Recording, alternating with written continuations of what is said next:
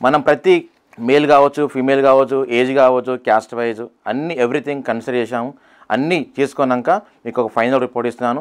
ఒక 5-6 క్వశ్చన్స్ మేము అడిగాము, కానీ అందులో మీకు 3 మాత్రం మీకు చెప్పాలనుకుంటున్నాను. ఆ 3 బిట్టే చాలా ఇంపార్టెంట్ క్వశ్చన్స్, అవి మీకు చెప్పాలనుకుంటున్నాను. జూబ్లీస్ బై ఎలక్షన్స్లో మనం 7-8 క్వశ్చన్లు అడిగాము. అందులో మనం ఓన్లీ మెయిన్ క్వశ్చన్స్ 3 తీసుకొని 3ను మీకు చెప్పాలనుకుంటున్నాను. నేను ఆ యొక్క ప్రజానాడు ఎలా ఉంది అనుకుంటున్నాను.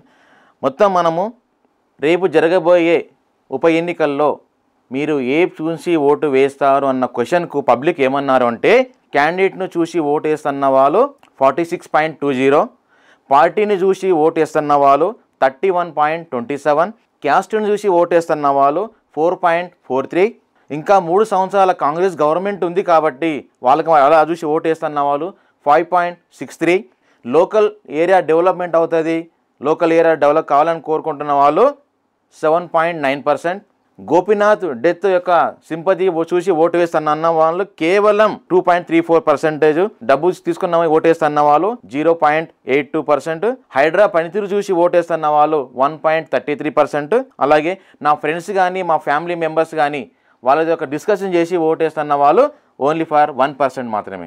అలాగే మెయిన్ క్వశ్చన్, రేపు జరగబోయే ఉప ఎన్నికల్లో మీరు ఏ పార్టీకి ఓటు వేస్తారన్న పర్టికులర్ క్వశ్చన్కు బీజేపీ తరఫున లంకల దీపక్ రెడ్డికి 8.71, కాంగ్రెస్ నుంచి నవీన్ యాదవ్ గారికి 47.84, బీఆర్ఎస్ నుండి మాగంటి సునీత గోపీనాథ్ గారికి 41.46, ఇతరులు ఇండిపెండెంట్ ఒక 2%, 1.99, 2% అనుకోండి.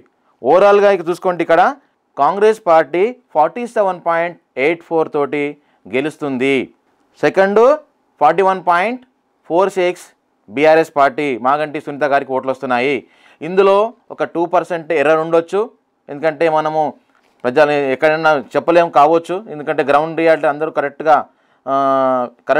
ఒకసారి 1% అనే గ్యాప్ ఉంటుంది కాబట్టి ఎక్కడన్నా. సో మీరు 47.84 కాంగ్రెస్ ప్రజెంటు, 41.46 బీఆర్ఎస్ను కన్సిడర్ చేసుకోవచ్చు. అలాగే ఓటు వేయడం ఒక ఎత్తు అయితే, ఒక ఓటు ఒక పార్టీకి లాయల్గా ఉంటారు, అలా ఓటు వేసుకుంటారు. కానీ వాళ్ళ మైండ్ ఏంటంటే ఈ పార్టీ గెలవచ్చు అన్న మైండ్లో ఉంటారు ఒక్కోసారి.